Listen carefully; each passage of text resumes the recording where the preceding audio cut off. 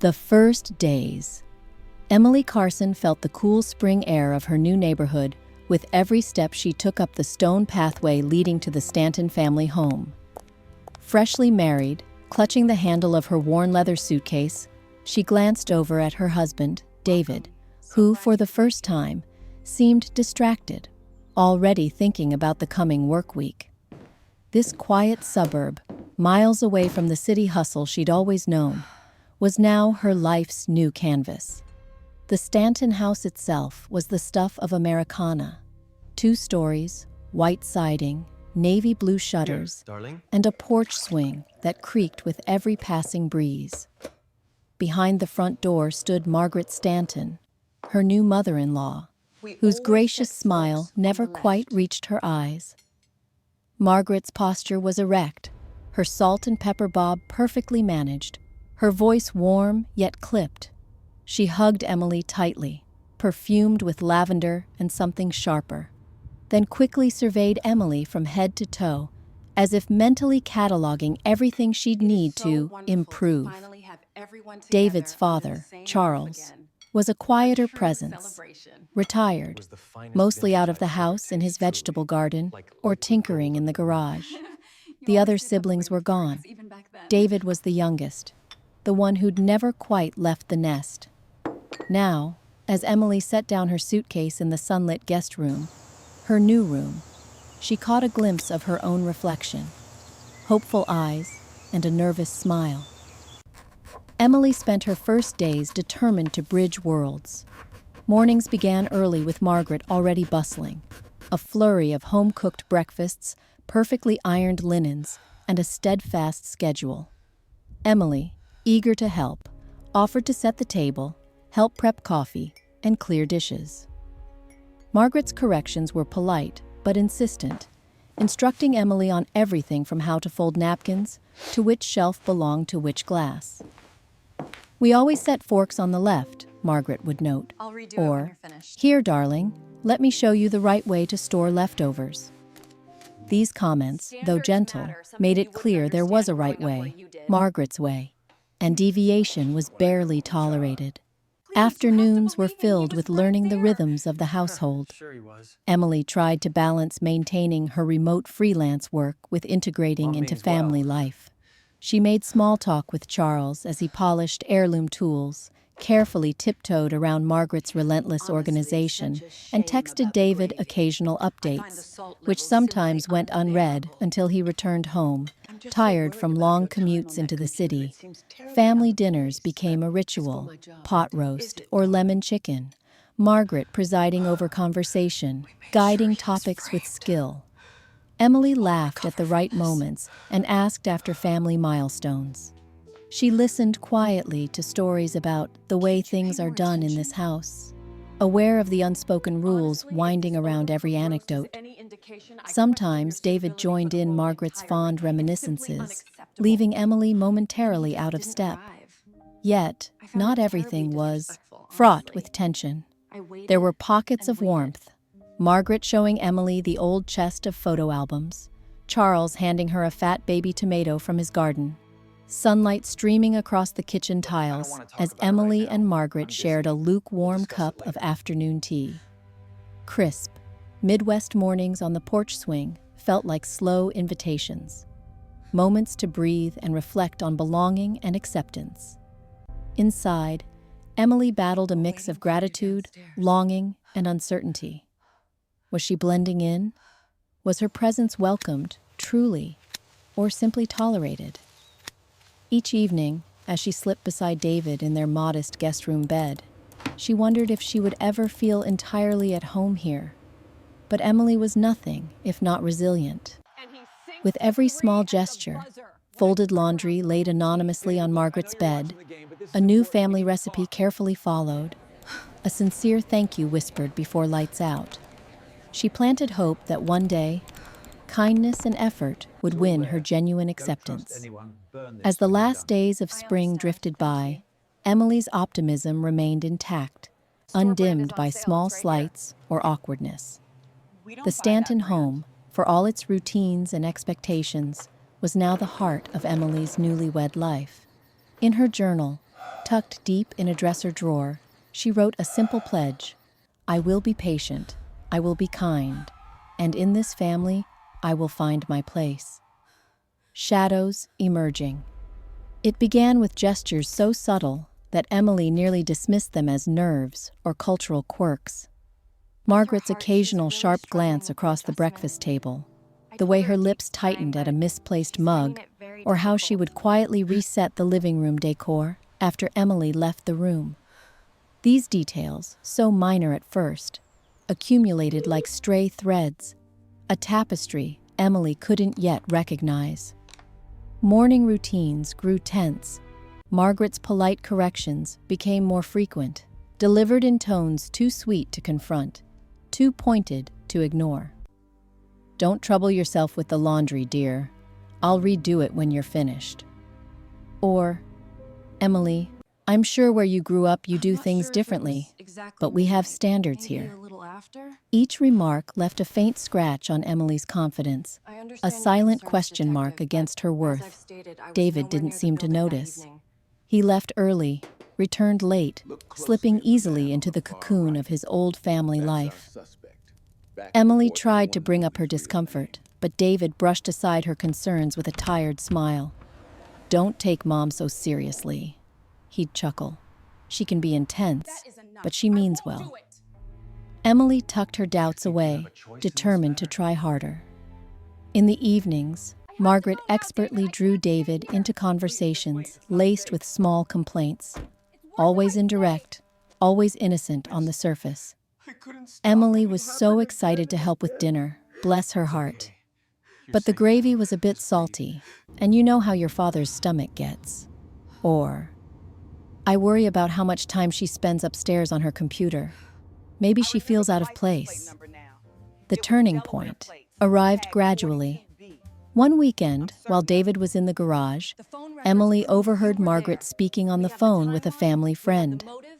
"She's still settling in, I suppose, but sometimes the little things weigh on you. I just want the best for David, you know. He deserves a wife who'll look after this home like I always have." The tone was light, but the implication landed like a fist. Emily began to sense a distance in David she couldn't name. He was less affectionate, slower to laugh at her jokes, more critical of small mistakes. When she tried to explain a household misunderstanding involving a misplaced bill or a flawed grocery order, he simply sighed. "Can't you pay more attention? Mom never struggled with these things." Margaret's subtle campaign continued. She recast stories of Emily's minor missteps to other relatives. An overcooked roast became another sign she's not used to taking care of a family. A missed appointment was framed as disrespect for how we do things around here. Emily started to field pointed questions from cousins, hear notes of concern from older aunts, feel her own narrative slipping from her grasp. The house transformed into a quiet battleground. Margaret's presence became both everywhere and nowhere, a specter in every room, moving quietly, always one step ahead, always composed. Conversations with David, once filled with confessions and laughter, turned shallow and brief. Emily's efforts seemed invisible, her warmth unreciprocated. At night, Emily scrolled through messages from friends back in the city, but left them unanswered, embarrassed by how uncertain she felt. Sometimes she caught her own reflection in the hallway mirror, her shoulders tense, her eyes searching for reassurance she no longer found at home. Emily resolved to try harder, to be better, to not let these little slights define her. But as the days passed, she couldn't keep the chill from settling deeper in her bones, a quiet fear taking root. What if this wasn't just a hard adjustment? What if, beneath the surface, something was seriously wrong in the Stanton family home? Isolation. The days in the Stanton house began to blend together, marked not by comfort or routine, but by an ever-deepening sense of detachment. Emily's efforts, once met with polite correction, were now mostly ignored.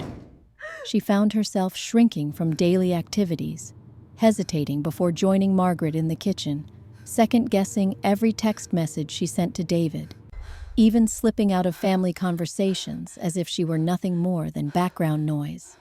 Margaret had mastered the art of subtle warfare. Her discipline no longer stopped at quiet critiques. Instead, she painted Emily as hopelessly inept at household duties, but always through sighs and private confidences, never outright confrontation. "Don't mind her," Emily overheard one afternoon as Margaret chatted with a neighbor on the phone. "She tries her best, but I suppose some people just don't have a knack for family life." The words pricked like thorns, their venom lingering long after the call ended. Within the home, Emily's world hollowed out. Any attempt to spark genuine conversation with David, or even Charles, seemed to vanish into thin air. David's presence became increasingly sporadic. He usually came home tired, retreating quickly into his room or answering with monosyllables. The few words he did offer often carried an edge as cold as the breeze on the porch swing. When Emily once mentioned feeling left out, David dismissed it. "You're just overthinking it. Mom's just particular." Meals, which had once been filled with laughter and guarded optimism, became stiff and uncomfortable. Margaret wielded her influence with calculated grace, steering discussions toward family traditions and the right way of doing things, rarely acknowledging Emily's preferences. Even Charles, who had once offered small words of kindness in passing, kept mostly to his garden. Emily spent longer at the dinner table, pushing peas around her plate, searching for a signal of allyship that never came. Outside the house, connections faded too.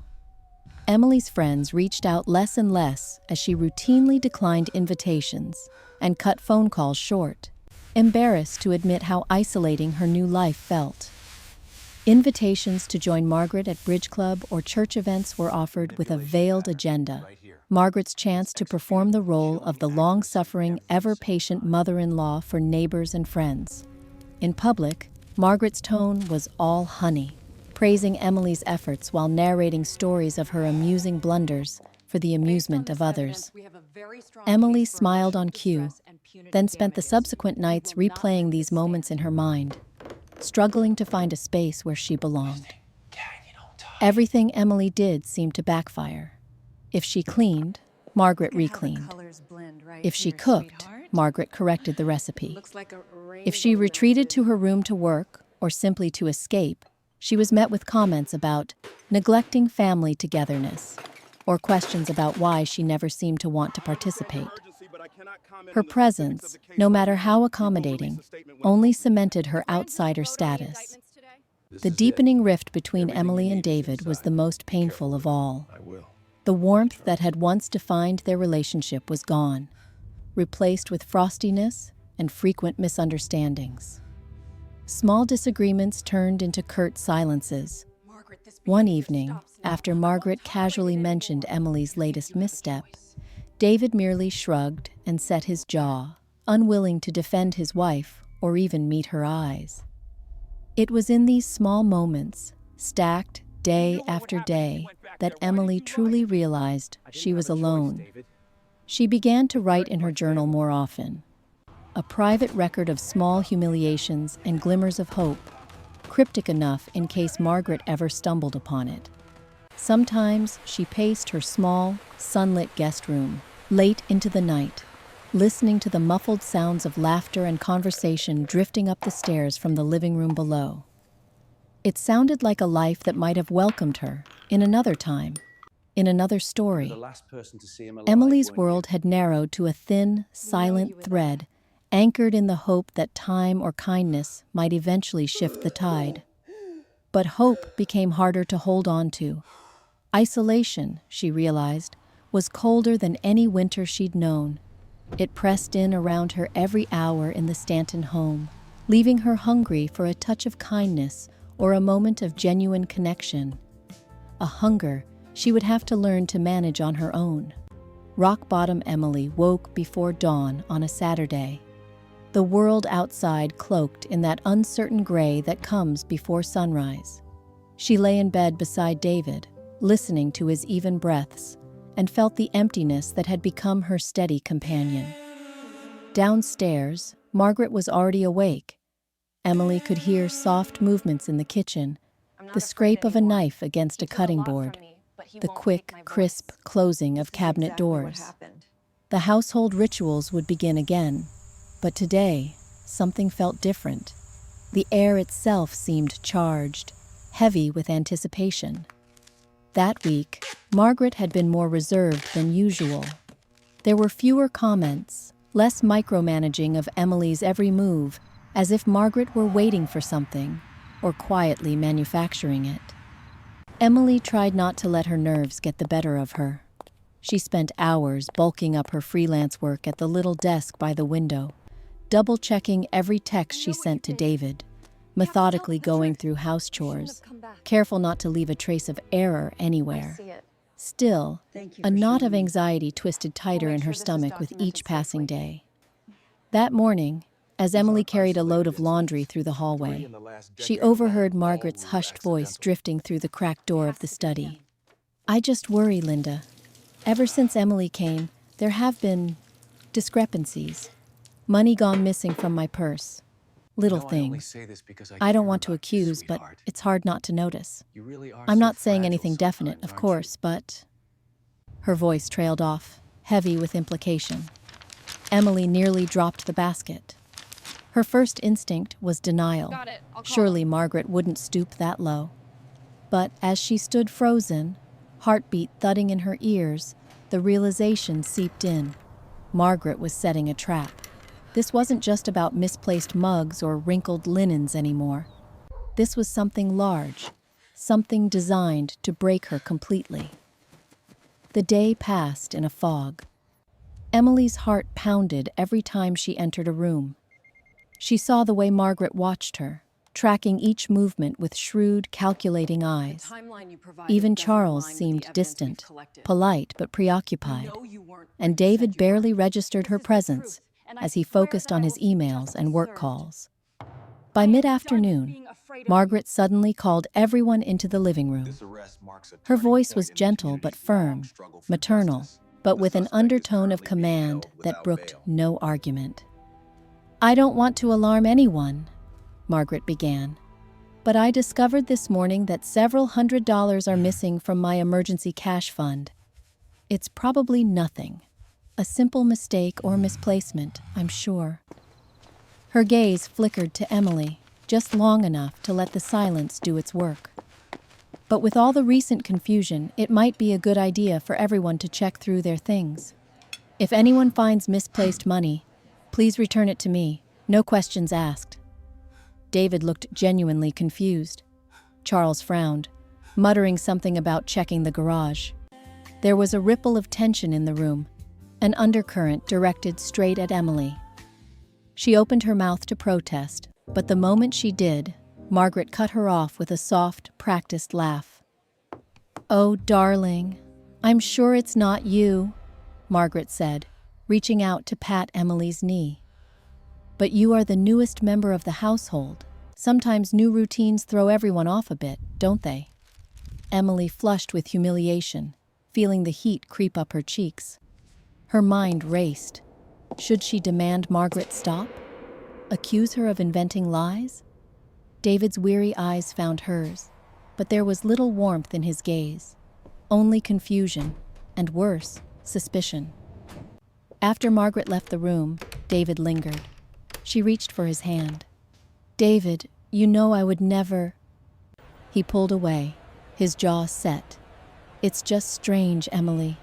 Stuff like this never happened before."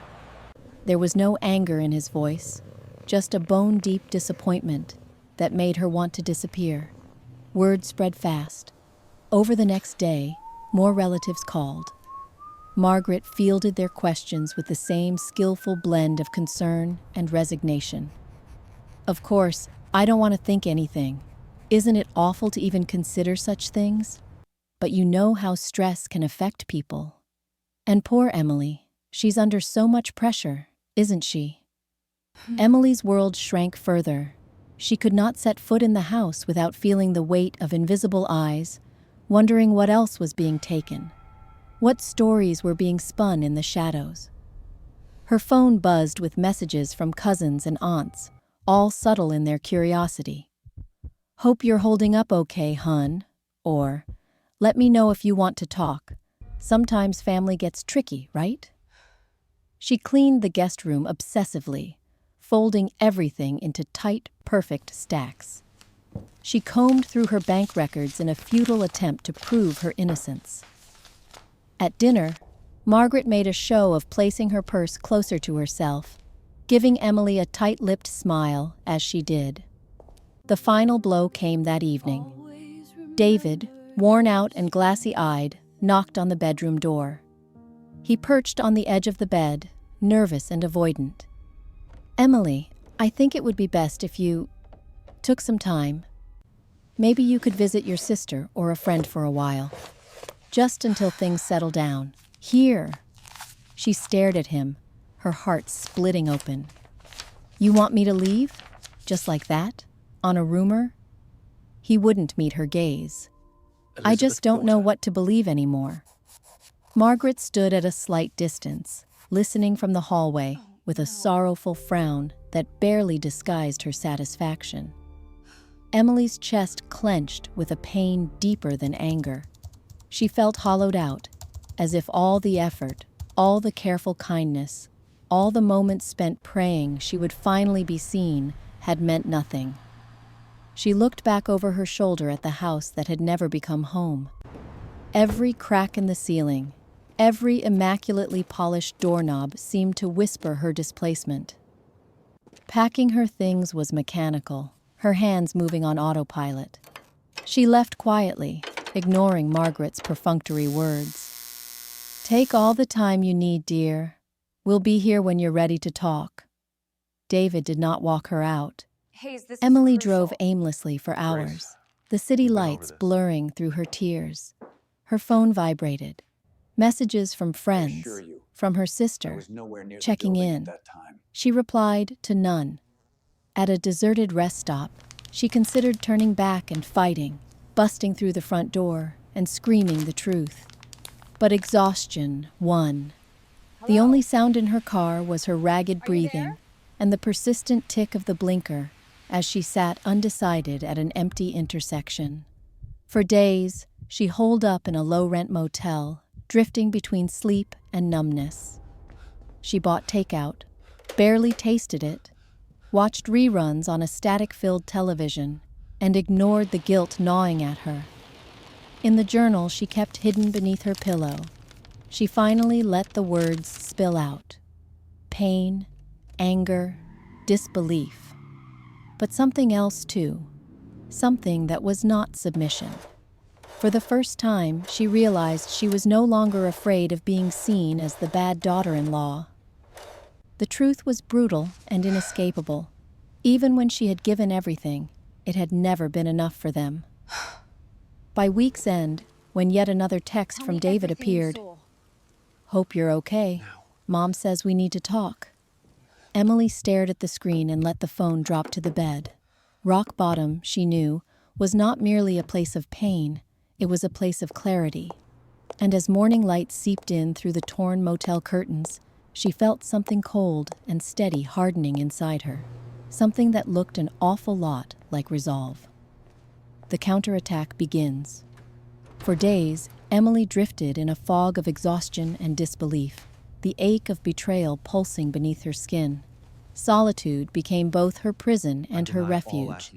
The dingy motel room, orange light leaking through cracked blinds, the drone of late-night trucks rumbling past the window, became the backdrop for her slow, careful reckoning. Every gesture of the past months replayed in her mind. Margaret's sugary smirks, David's silence, the subtle warping of truth that turned a home into a battlefield.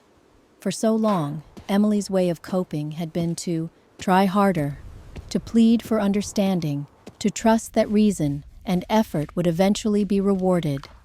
But she was done with that now. In the restless nights that followed her exile, Emily faced her deepest pain and a new, icy clarity. If kindness and honesty had only invited more abuse, then she would stop being soft. She would not be vindictive or reckless, but precise, methodical. She would protect herself with patience and calculation, the way Margaret always had. No one expected her to fight. That was her new advantage.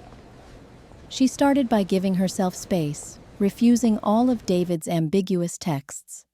A single polite message in reply, "I need time, please respect that." She ignored follow-up calls from Margaret and declined the poorly concealed check-in attempts from relatives. During these days, she let all communication fall silent. Instead, she observed. She remembered. She wrote. In her journal, she outlined every manipulation, every gaslighting tactic, every contradiction she could recall from her time in the Stanton house. The first step was information. Emily knew, in any conflict, the one who really saw the battlefield held all the power. She retraced the timeline of Margaret's campaign. When did the lies start? Which family members had heard what stories? Which incidents seemed random, but felt orchestrated in hindsight? Slowly, a pattern came into focus. Margaret never attacked outright. She whispered, sowed doubt in David's ears, let concern do her dirty work. Facts were twisted just enough to be deniable, but always enough to isolate Emily. Determined to reclaim her narrative, Emily did what she did best. Researched, documented, prepared. She dug through her emails, locating old exchanges about household duties, shared passwords, shopping lists, and details that could prove her innocence in the supposed missing money debacle. She gathered every piece of physical evidence she could: bank statements, phone records, grocery receipts, and even screenshots of text conversations. Subtle digital breadcrumbs that Margaret never realized might matter. Emily also reached out, but with caution and strategy. Instead of directly confronting anyone, she contacted two of David's cousins, with whom she had once managed small gestures of kindness, baked cookies together, shared stories at holiday dinners. These conversations were gentle, non-accusatory. "There's a lot going on right now, and I'd just like some clarity about what's been said regarding me, and also about some household misunderstandings. Do you have a minute to help?" She listened carefully, piecing together the web Margaret had spun and how others had responded. The cousins, perhaps sensing Emily's pain but not her anger, offered guarded sympathy. One admitted, "Margaret has been saying you're overwhelmed, but honestly, sometimes she's a little dramatic. I'm so sorry you're caught in this." The next phase was observation.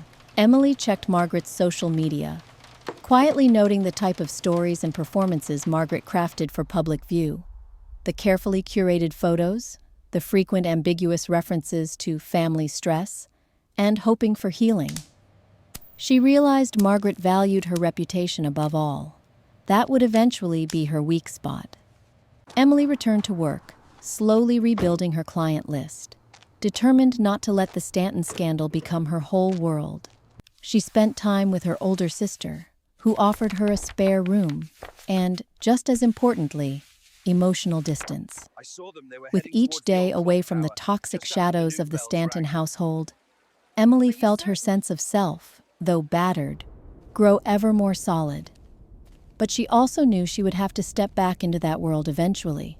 So, instead of moving with anger, she moved with calculation.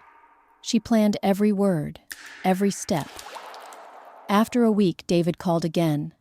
This time his voice was subdued, almost desperate. "Can we just talk in person? Mom's been really upset. She wants you to come back, at least for dinner." Emily agreed, but on her own terms. She replied, "I'll stop by Sunday. I'd like to speak to everyone together." In the days leading up to that visit, she pulled together her evidence.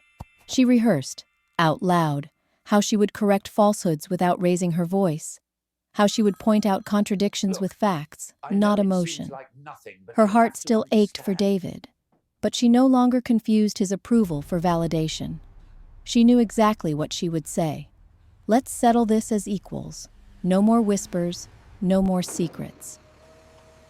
On that crisp Sunday afternoon, Emily dressed with care, a soft blue blouse that made her look steady, composed. She arrived at the Stanton house and found the family assembled, tension hiding behind stiff smiles and small talk. Margaret greeted her with an embrace just a little too tight, her face a mask of polite concern. "You must be so tired," Margaret cooed, as if she were an errant child back from running away. Emily didn't shrink from the performance. She calmly accepted tea, watched as Margaret nervously straightened the sugar bowl, and waited for the moment the conversation inevitably turned to the missing money and the trouble it had caused. This time, Emily did not apologize or offer explanations. She waited until the room quieted. Then, clearly and without tremor, she placed her stack of receipts and emails on the table. "I think it's time we talk directly, since there have been so many misunderstandings," she began, leveling her gaze at Margaret. "For months, I've been told about mistakes I never made. I have records here for every transaction in our house, details anyone can check. If we're going to recover trust, let's seek the truth, all of it, together, in the open." Margaret's smile faltered, her composure cracking at the edges. Charles looked confused, and David's expression was guarded, half anxious, half hopeful. Emily didn't lash out, didn't demand apologies. Instead, she calmly explained the inconsistencies, how the timeline didn't add up, how Margaret's stories contradicted each other, how any issues with missing funds could be cleared up just by reviewing simple details. She laid out her own pain, not as accusation, but as evidence, refusing to let Margaret redirect the narrative. "When I make a mistake, I own it. Everyone deserves the same honesty," she said quietly. For the first time, Margaret didn't have a ready answer. The room was filled with an awkward silence, but Emily held it, refusing to blink first. In that silence, Emily understood. Her power was not in making them suffer, but in exposing the truth and refusing to beg for acceptance. She saw the dawning realization in David's eyes, the uncertainty on Charles's face, and the panic in Margaret's rigid posture. Emily's resolve only grew. She had chosen her side, and it was her own. She stood, ready to leave, and said, "If we're to be a family, it's time we act like it. I won't stay silent while people lie about me, and I won't keep fighting for a place that doesn't want me. The next move is yours." As she stepped out into the late afternoon sun, Emily felt something unfamiliar settle in her chest. Not victory, exactly, but the reassurance of self-respect. Her counterattack had begun, not with vengeance, but with clarity. She was no longer afraid of Margaret or the stories she spread. From now on, Emily would not shrink back. She would meet the cold with ice of her own. The first card played. Returning to her sister's apartment after the tense confrontation at the Stanton house, Emily finally felt a fragile calm settle over her. She spent the following days quietly regrouping, reflecting on her next steps, while her sister provided a shield of steady support and unconditional love. With the evidence on the table and the household stunned by her quiet resolve, Emily knew she'd set the battle lines. But a single confrontation wouldn't unmask Margaret, a master manipulator who survived on ambiguity and image. To truly turn the tide, Emily needed the family and the broader circle around them to see the real Margaret for themselves. She decided not to rush back into the Stanton home. Distance, she realized, was not just about self-preservation, but about observation. Over coffee with her sister, and on afternoon walks in the park, Emily started to plan the incremental steps that would let others come to their own conclusions about Margaret's character. The secret was subtlety, giving Margaret space to expose herself, while Emily gently prompted situations that revealed Margaret's true priorities. Emily's opportunity came sooner than expected. The community's spring social, an annual gathering at a neighbor's house, was soon approaching. Margaret, ever the vigilant matriarch, would never miss an opportunity to be seen holding her family together, especially with rumors swirling. Emily reached out herself, sending a short, clear message to David. "I'd like to attend the social, if it's all right. Let people see we're working things through." He agreed, a note of hope in his reply. The night of the event, Emily took care to appear collected, gracious, and approachable. She wore a simple dress in a soothing shade of green, one Margaret had always said accented Emily's eyes, and arrived with a homemade pie in hand, a peace offering, but also her signature, a detail Margaret couldn't quietly erase. Neighbors greeted her warmly, a few offering sympathetic smiles. Margaret, however, registered shock at Emily's presence, a fleeting flicker behind her polished smile. "Emily, how lovely to see you out and about," she exclaimed, already orchestrating the narrative around them. But Emily didn't retreat. She offered small, sincere greetings of her own, deliberately thanking Margaret for the invitation in front of others, placing the older woman in the uncomfortable position of having to accept Emily's inclusion. As the party wore on, Emily began to play her hand, not by accusing, but by inviting. When neighbors asked after her and David, she replied candidly, but without drama. "It's been a tough couple of weeks, but I'm so grateful for family supporting us while we sort things out." No accusations, just honest vulnerability. The effect was immediate. People leaned in, asked after David, and included Emily in conversation instead of treating her as invisible. Later, when the conversation turned to neighborhood news, Margaret attempted her usual game, subtly positioning herself as the patient, misunderstood matriarch. To a friend, she confided, "I just wish everything could be perfect for David and Emily. Sometimes I worry I'm too much. You know how mothers can be." Expecting support, Margaret was startled when another guest, someone who'd spoken at length with Emily earlier, commented, "I think you're doing great, Margaret, but Emily sure strikes me as resilient and good-hearted. Sometimes, the hardest situations just take patience from everyone."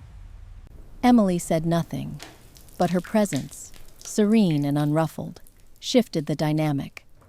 The room, so often primed to listen only to Margaret's side, suddenly found equilibrium. A few days after, Emily began reaching out to other relatives and family friends, always indirectly, never disparaging Margaret outright. With David's older cousin Marcia, she reminisced about last Thanksgiving's pie-baking mishap, laughing at her own lack of skill and quietly crediting Margaret for saving the dessert. Marcia, always observant, was surprised at Emily's humility and lack of self-pity. "Honestly, Emily, you've taken a lot in stride," she said over tea. "It can't have been easy with everything going on." Emily shifted the focus to family bonds. "I know Margaret's always wanted the best for David and the Stanton tradition. Maybe I messed up the rhythm, but I've tried to give as much as I could." She left the statement open-ended, knowing Marcia was wise enough to start questioning the sanitized family stories she'd been told. Emily's campaign was never obvious. At church, she arrived early and helped set up folding chairs alongside the other women, quietly deflecting sympathy while refusing to speak ill of anyone. She offered to help Margaret, who at first dismissed her with a wave, then, having an audience, performed gracious acceptance. But when Margaret made a flinty comment about the right way to run a kitchen, more than one bystander paused, noticing, perhaps for the first time, that Margaret's perfectionism came laced with barbs. The following weekend, Emily visited Charles in the garden, bringing him a thermos of ginger tea. Instead of pushing for affirmation, she genuinely listened to him describe his tomatoes, the weather, and his memories of building the family home. Charles, more comfortable with plants than people, gradually began to open up. "You've got patience, Emily," he said quietly, not meeting her eyes. "Sometimes, the air around here gets too thick. Gotta wait for better weather." It was these small interactions, a warm word here, an honest laugh there, a willingness to help without expectation of reward, that gradually altered the calculus of the Stanton circle. When Emily and David met for coffee, he appeared conflicted. "It's weird, Emily. People keep asking if you're okay. Cousin Jill came by and said she hoped we were both taking care of ourselves. They never used to do that." Emily sipped her tea and let silence linger. "I think people just notice when things get tense, even when we try to hide it." Margaret, sensing her grip slipping, began to escalate her own performances. Louder praises for Emily at public events, but sharper and colder in private. But every show drew more attention. People began to question why every compliment sounded forced, why Margaret corrected Emily even for the smallest mistakes. One afternoon, a close neighbor stopped Emily by the grocery store. "I don't mean to pry, but if you ever need anything, you know where to find me. And if you want my honest opinion, you've handled yourself like a class act." By the time summer was warming the Stanton porch and the garden was thick with vines, wordless games were playing out behind every closed door. Margaret, ever the tactician, felt her control slipping as Charles grew quieter, David more uncertain, and neighbors less ready to accept her old narratives at face value. Emily, meanwhile, watched with measured patience. She didn't need to set any traps. The truth, once seeded, grew wild on its own. With every gentle kindness and refusal to engage in open warfare, she made Margaret's manipulations harder to hide and easier for others to notice. The first card, Emily realized, had been played not with accusation or spectacle, but with resilience, grace, and a faith that, given time, the truth would demand to be seen. The unmasking. The lull before the storm did not last long. Word of Emily's measured return into the community, her quietly graceful conduct, and the subtle shift in household dynamics spread quietly through the town.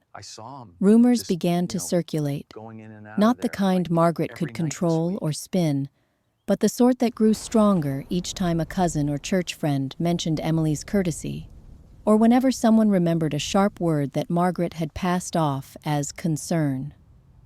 Summer brought with it not just heat, but a sense of rising tension in the Stanton home. Margaret's attempts to orchestrate normalcy backfired. Her comments, once accepted as common sense or harmless fussiness, started to leave uncomfortable silences. Charles grew even more withdrawn into his garden. David seemed lost, wrapped in a blanket of indecision and guilt, unable to bridge the growing gap between his wife and his mother. The community's view of the perfect Stanton matriarch began to slip, thread by thread. It was the church fundraising picnic that set everything in motion. Margaret, as always, volunteered to coordinate the desserts table, her arena of expertise and pride. For years, she dominated this event, organizing, instructing, gently criticizing anyone who didn't meet her standards. This year, Emily, at a neighbor's request, agreed to contribute her molasses spice cake. Margaret smiled tightly at the news. "I'm sure they'll love your effort, dear," she said. "But maybe you should set up near the corner, just in case we need room for the main pies." Emily nodded, but instead of protesting, she quietly took her assigned place and greeted each guest with unpracticed but sincere warmth. When her cake disappeared within an hour, praised for its flavor and texture, Margaret's compliments wavered. "Well, novelty is always nice," she said with forced brightness. "But people noticed. Not only the genuine complimenting of I need to Emily's make a very baking, large but the deposit, sour please. aftertaste of Certainly. Margaret's How may I words. assist you with that today? Mrs. Simonson, the church secretary, even raised an eyebrow at Margaret and muttered, "Sometimes the new people surprise us, don't they?" Done. Good. That afternoon, a small but telling accident happened in the church kitchen. Margaret, between tasks, caught herself snapping at a teenager who accidentally broke a tray. "If you can't learn to pay attention, maybe next time you shouldn't volunteer." Her voice was sharper than she intended, and this time, it was said in front of a crowd rather than behind closed doors. The room fell silent, and for a moment, Margaret felt the collective gaze of everyone upon her, judgment flickering across familiar faces. She attempted to laugh it off, but the moment stuck like a thorn. By evening, whispers spread. "Did you hear how Margaret scolded Megan? Poor girl looked like she was about to cry. I never realized how harsh she could be. Imagine living under that." The wall that Margaret had so carefully built around her reputation now began to show cracks. Back home, the air was tighter than ever. Charles, for the first time in months, spoke up at dinner. "Maybe next time, Margaret, someone else can organize. It's a big job." His tone was neutral, but the implication lingered, sparking a stony silence between Margaret and Emily. David, too, was caught in the unraveling. Two of his closest friends, after the church picnic, approached him. "We always thought your mom was just strict, but there's being organized, and then there's whatever that was." David bristled defensively, but their comments planted a doubt he couldn't shake. He began to replay memories, noticing the way Margaret rewrote events with a few careful words, the exasperation in Emily's eyes that he had ignored, the heaviness at home that was no longer possible to dismiss. Margaret responded to the shifting tide as she always had, by doubling down. She attempted to recapture her authority, hosting more gatherings, dropping subtle stories in conversation that painted herself as the misunderstood victim. However, her audience had changed. At a luncheon, she mused, "It's so hard, when you try your best, but others just don't appreciate tradition." For the first time, the table met her complaints with polite indifference. No one jumped to offer reassurance. The breaking point arrived one evening when David, coming home early from work, overheard Margaret on the phone with her sister. The walls in the Stanton house carried sound too well. "If only David would see sense," Margaret whispered, unaware her son was in the hall. I knew it. "Emily just isn't a Stanton. She never will be. She doesn't value what we do. But she's clever. She plays the victim." The words ricocheted through David, a hot mix of disbelief and cold recognition curdling in his chest. He confronted her for the first time. "Don't you see what you're doing, Mom? You've driven everyone away. Emily, Dad, you're even losing the neighbors. Just stop." Margaret, shocked into defensive outrage, accused him of disloyalty. Charles, drawn into the argument from the garden, didn't defend her. Instead, he laid a weary hand on David's shoulder, as if to say, "Enough." The days that followed were chaos. Margaret's mask, so carefully kept in place for decades, crumbled. Friends stopped calling as frequently. Church invitations dried up. At home, Margaret's habits, her organizing, her ceaseless correcting, began to look less like care and more like compulsion. For the first time, she found herself isolated at her own dinner table. David, silent and ashen-faced, reached out to Emily. The call was awkward, stilted, but his voice was thick with regret. "I'm so sorry. I should have listened. Mom was wrong, and I let it get this far." Emily listened, her heart no longer breaking, but distantly aching at how long the truth had taken to surface. For Margaret, the collapse was total. The identity she had built, With its clean edges and bright welcome mat, the persona of perfect mother and community pillar had been chipped away by her own relentless need to control and to be right. Now, with her back pressed against the consequences, she realized too late that the respect she demanded could not outlast the compassion she withheld. The unmasking changed the Stanton home. Shadows that had lingered unspoken were called by their names. Margaret, alone with her pride, was forced to look in the mirror and see not a misunderstood matriarch, but a woman whose need for control had left her surrounded by silence. And for Emily, the first sunrise after the storm felt softer, as if the world itself were granting her a chance to finally breathe free. Facing the truth morning in the Stanton house arrived with a clarity that was unfamiliar but undeniable. The previous months had stripped away so much. All the gentle pretenses, the rituals of politeness, the veils cast over what no one wanted to admit. Now, raw silence hung in the kitchen where Margaret once held court, and Emily's absence pulsed in every corner of the old house. Margaret, for perhaps the first time in her life, could not ignore the consequences of her actions. She stood by the window after breakfast, untouched toast growing cold on her plate. Her gaze drifted not to the tidy hedges or the white picket fence, but to the cracks in the kitchen grout. The small imperfections she once would have scrubbed away, now standing as silent rebukes. The phone no longer rang with invitations or gossip. When it did, it was only from her sister or an old friend, and Margaret could sense the uncomfortable reserve in their voices. Conversations were short, pleasantries forced, reassurance absent. There was no one left to oversee or correct. Charles spent his days in the garden, conversation sparse as he pruned in the bright June sun, his weathered hands steady in their work, but his eyes distant, never quite meeting Margaret's.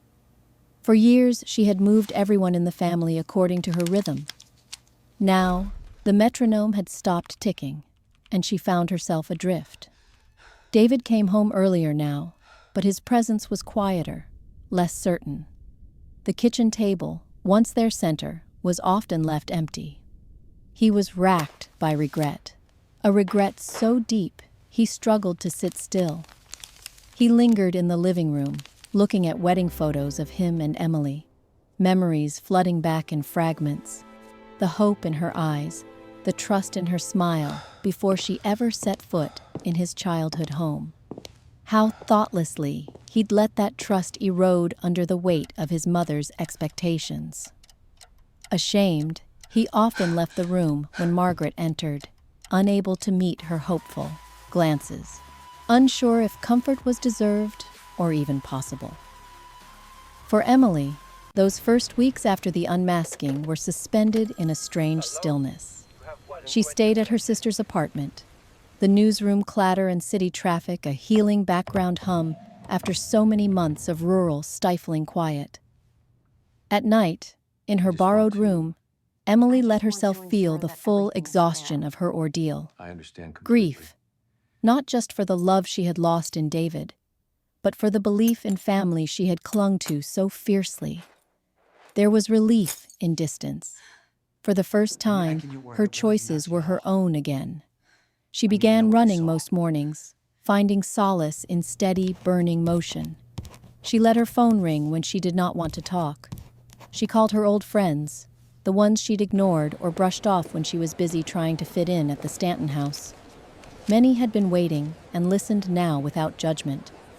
Some offered gentle advice, others simply sent photos of brunches, silly cat videos, and meme after meme, as if to stitch Emily back to the world she'd nearly lost. The pain was still raw, especially when she thought of David. He texted a few times, "Are you eating? I'm sorry. Just wanted you to know I miss you." More often, Emily left his messages unread, but sometimes she reread them late at night, letting herself mourn. She knew reconciliation was no longer the goal. Sometimes, what broke could not be remade. More important now was facing her own hurt, accepting it, and moving forward with new strength.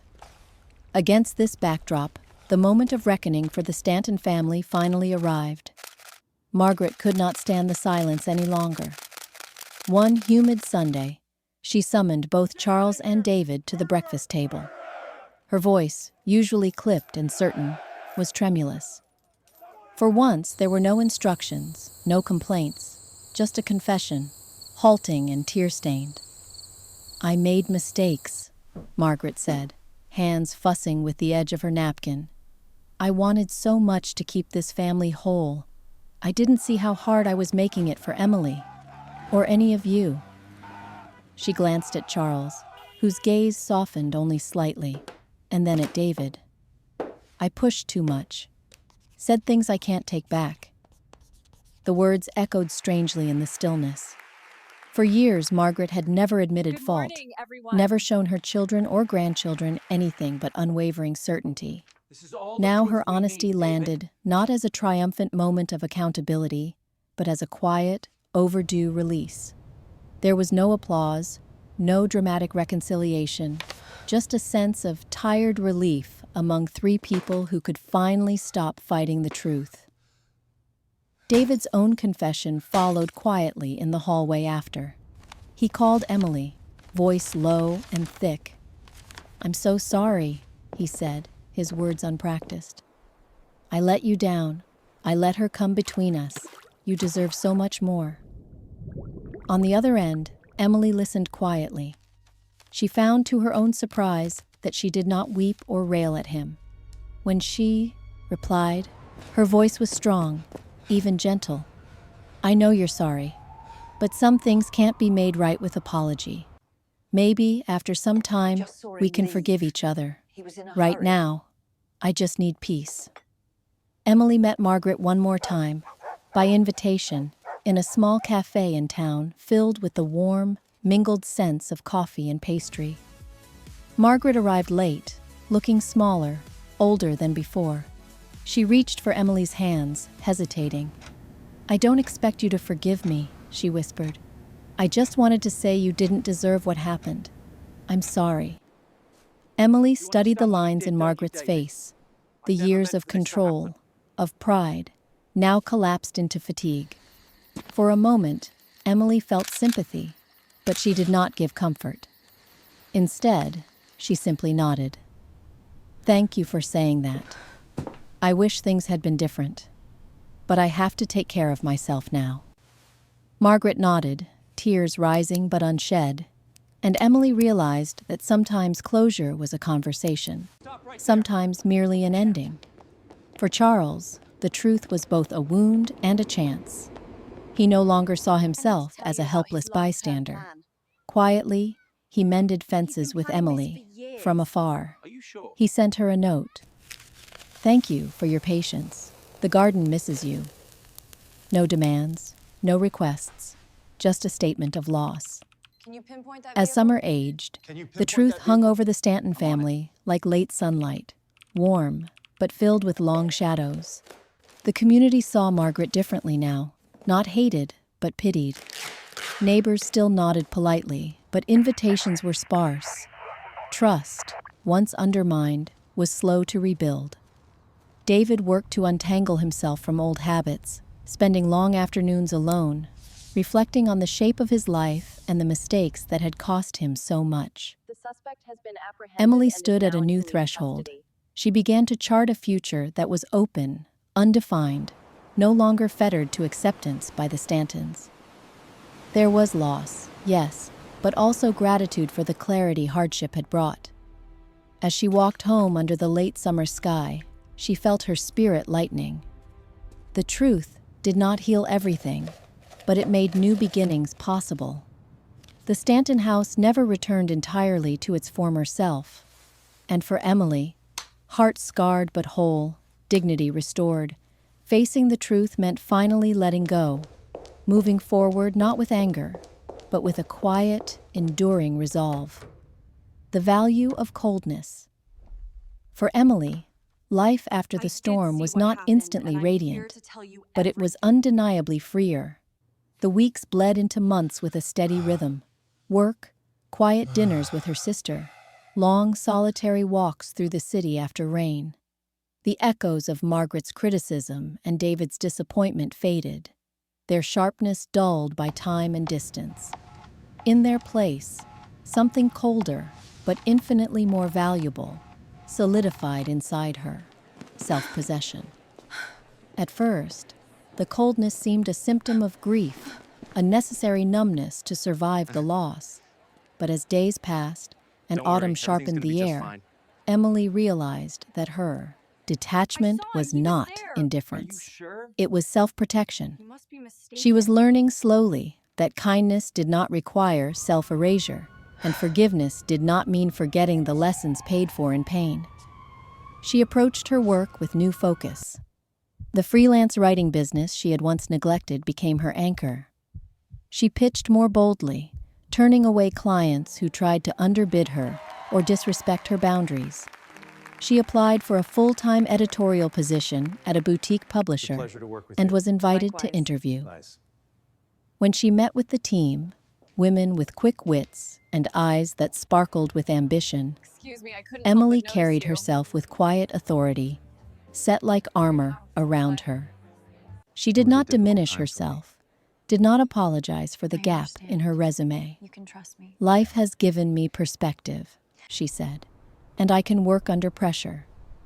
She offered references from old loyal clients and left the interview feeling calm, not anxious for approval.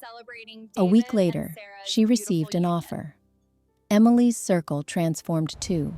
Some friends from the past, unused to the subtle change in her, drifted away. Others noticed that she listened more, but also revealed less. She did not volunteer explanations for her withdrawal or seek pity for her ordeal in the Stanton house. Instead, she became known for keeping confidences, for a kind of measured empathy that did not bleed herself dry. Tell me anything about that? "You seem stronger somehow," sure what you a mean. friend remarked over coffee, studying Emily's David, face let's do as if this. searching for the secret. Emily only smiled. Yes, stronger, and just a little bit colder, but in a way that felt numinous, not brittle. We should go. Her relationship with her family shifted as well. Her sister, who had once hovered protectively, began to relax, Yes, why do you sensing ask? that Emily no longer needed to be So, the rescued. key is to position yourself Sunday as an dinners turned from innovator, therapy a sessions visionary, into lighthearted not just evenings. another startup. Their parents visited more often, grateful to see Emily settling back into herself, with a sense of quiet pride and dignity Oh, no. that had once felt out of I'm so reach. sorry this is happening When to you relatives right or now. old neighbors probed for gossip about the You deserve fallout with so the much Stantons, more. Emily kept her answers brief. "It just didn't work out," she would say, her tone polite but utterly closed to speculation. Meanwhile, back at the Stanton house, Emily's absence had a profound effect, a vacuum that only deepened with time. Margaret, Sarah for knew, so right? long the weaver of daily rituals, found herself lost without a target for her guidance and correction. She spent hours cleaning rooms already spotless, baking cakes that grew stale on the countertop. The silence of the family phone, the lack of invitations to lead church events, the gentle but unmistakable coolness from neighbors. These were wounds that would not heal easily. Did you see that? Now, See what? when former friends approached her at the grocery store, there was a reserve, a distance that made her feel smaller with every passing interaction. David, too, wrestled with the cost of his choices. The house felt emptier each night, his own presence a shadow. How could you do this to me? He began to revisit old photos, reading Emily's left me handwritten no notes with a choice. painful fondness. Sometimes he drafted long messages to her, apologies, confessions, pleas for another chance, but always deleted them, To need you to knowing explain that the exactly woman what who had happened once here. clung to hope was now beyond his reach. I don't know what to say. The few times he called, Emily answered But briefly, that's not what I said. her voice kind but remote. But that's not what I said. "I hope you're doing well," she'd say, and then she'd hang up. Please come back. He came to realize that grief laced with pride was not love, and that love, denied too often, could turn to ice. Charles knew what had happened, even if he rarely spoke of it. He noticed the chill between his wife and son, the empty chair at the table, the way the garden grew wild without Emily's gentle hands tending to the tomatoes. One humid evening, he sent Emily a card, no return address, just a watercolor of wildflowers and 4 words, "Wishing you gentle days." I lost my job. Emily smiled my faintly when apartment. she received it, recognizing the gesture for what it was, acceptance, and a quiet apology none of them could voice. Still, Emily's coldness was not impermeable. There were moments, glancing at old letters, or when a neighbor's child ran up to her in the coffee shop and pressed a flower into her hand, when she felt the ache of what was lost. But instead of sinking, she let the sorrow pass through her like a cold wind, and she stayed upright. She understood, finally, what boundaries were meant to protect, not just from the cruelty of others, but from the erosion of one's own self-worth. As the holidays approached, invitations from colleagues and new friends trickled in. Emily hosted her first Thanksgiving dinner on her own, laughing over burnt pies and telling stories from her city childhood. When someone asked if she'd ever thought about going back to her old life, her old marriage, she only shook her head. "I belong to myself now," she said, her voice steady as glass. The community learned, too, the limits of intervention. Gradually, old acquaintances stopped trying to reconcile her with the Stantons, recognizing that the ties had frayed beyond repair. "Sometimes cold is the only honest way," her boss confided over lunch in December. "We call it boundaries, but really, it's just survival. And look at you, surviving, thriving." Emily nodded, feeling for the first time that the coldness, so feared at first, was the price of her own freedom. Winter deepened, the city bathed in light against the early dusk. Emily left work, scarf wrapped tightly, feeling the frost on her cheeks. She walked slowly, breathing in air sharp and renewing, and realized she was not alone. Not really. She had herself, her hard-won peace, her future still unwritten. The value of coldness, she now knew, was not in driving people away, but in deciding whom to let near and why. Behind her, the Stanton house carried its own lessons. On control, on pride, on the loneliness that follows when kindness becomes performance. But Emily walked forward, each step a quiet refusal to surrender her worth again. She understood now, in coldness, there was clarity, and in clarity, the first flicker of hope. An open ending. The winter sun spilled over the city in slanted patches of gold, painting the sidewalks and brick facades with light that felt both gentle and new. Emily wrapped her scarf snugly, stepping into the brisk air with a sense of purpose. Even she didn't fully understand. The last few months had been a season of endings, of shedding old skins, of daring to let silence speak for itself. But now, as the first hints of spring teased the horizon, she felt something else stirring, the anticipation of possibility.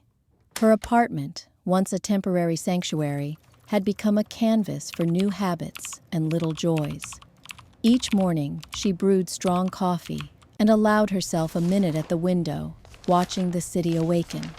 She had filled her shelves with books she actually loved reading, learned to cook for one without apology, and tacked up reminders, notes from friends, travel flyers, doodles from her niece, to remind herself that connection still blossomed, even at a distance. There were difficult days, of course. Small aches visited her when she least expected them. A song in a cafe, the scent of fresh laundry, the laughter of families bundled against the cold. But Emily did not run from these moments anymore. Instead, she held them gently, letting memories rise and melt away without shame. Every so often, she would see a message from David, brief, careful, respectful of her boundaries, but heavy with the weight of what they'd lost. Sometimes he asked after her health. Sometimes he shared a piece of harmless news. Emily replied simply, David was acting warmly, increasingly secretive, never more than a and I few noticed he was lines. taking a lot of late There night was no calls with malice, Sarah. no urge to rehash. They existed now on the planes of acceptance, connected by what once was, but no longer tied by hope or regret. Margaret, too, passed quietly through Emily's awareness from time to time. At church luncheons or on walks past the old neighborhood, Emily would hear snatches of conversation about the once indomitable matriarch, now quieter, more brittle, her circle smaller but less artificial.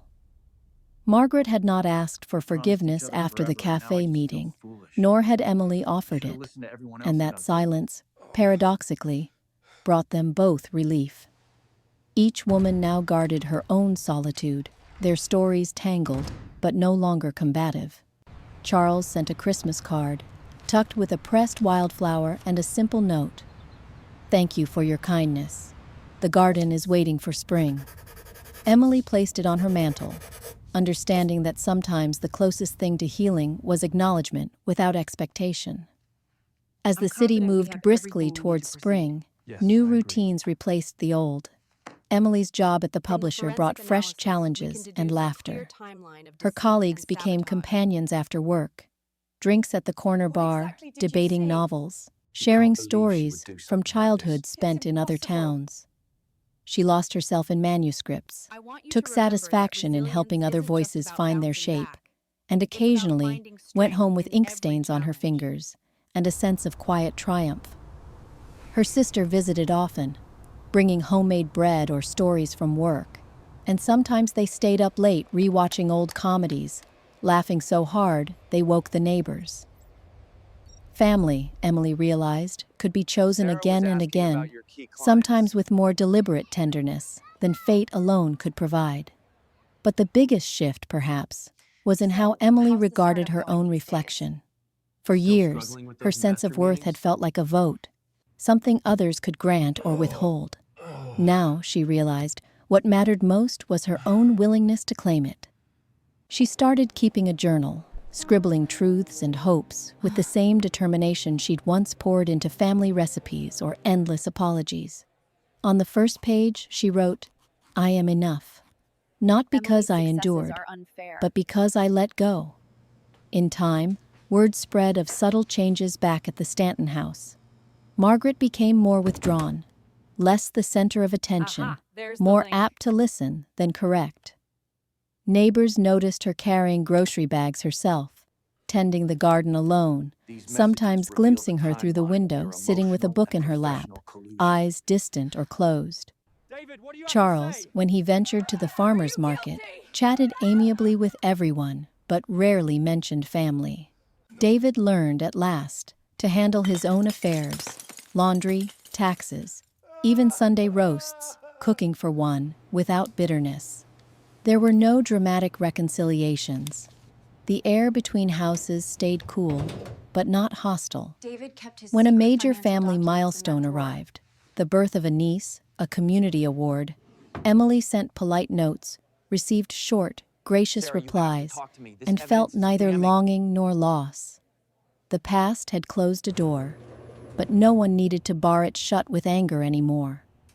Emily found herself reflecting, sometimes, on the nature of closure. Everywhere she turned, people seemed obsessed with neat endings. Movies with triumphant music, books with final paragraphs, conversations that tied up every stray thread. But real life, she now believed, preferred a different script. She walked each day not searching for certainty, but practicing presence, meeting new people, exploring corners of the city she'd ignored, considering trips she'd always postponed. Once, at a Spring Street fair, she helped a lost child find his parents, noticing that her first instinct was not to seek praise, but to offer calm. Another afternoon, she ran into an old friend from college, and after coffee they made plans, tentative but sincere, to hike together in the coming weeks. Emily learned to say yes to small adventures and no to gatherings that felt forced. Her life became a gentle negotiation with possibility. She began a tradition of writing postcards to herself. In each, she recorded one new thing she hoped to try, one fear she was willing to face, and one thing she chose to forgive. Some days, all three were tiny. Try a new recipe, be okay alone at a movie, forgive an impatient driver. On others, they were monumental. And for that, Apply for a fellowship. Let someone love me again, slowly. Forgive all the versions of myself that waited too long. She saved these notes in a glass jar on her dresser as proof that every day could begin again. In the swirl of city life, Emily sometimes crossed paths with people who, knowingly or not, asked about her old life, her marriage, her in-laws, the mysterious story so many only half understood. She no longer rehearsed answers, needing only to say, "It was a chapter, here's a new one," and let the conversation drift. The power of her silence was its honesty, not its distance. Spring arrived in earnest, the streets fresh with the scent of rain and sun-warmed concrete. Emily, standing at a crosswalk, waited for the light to change, feeling the weight of the past shrink behind her, like the receding silhouette of a house at dusk. Her story was hers alone now, sometimes wild, sometimes quiet, always unfinished. An open ending, she realized, was not uncertainty, but freedom itself. There were paths she might take, a new love, a journey abroad, a return to something she'd once abandoned. Or not. She did not need to decide just yet. With the traffic's flow around her and the city pulsing with possibility, Emily stepped forward when the light changed. The world, always untidy, always in motion, was finally hers to claim. Not because she had been chosen, but because now, at last, she chose herself.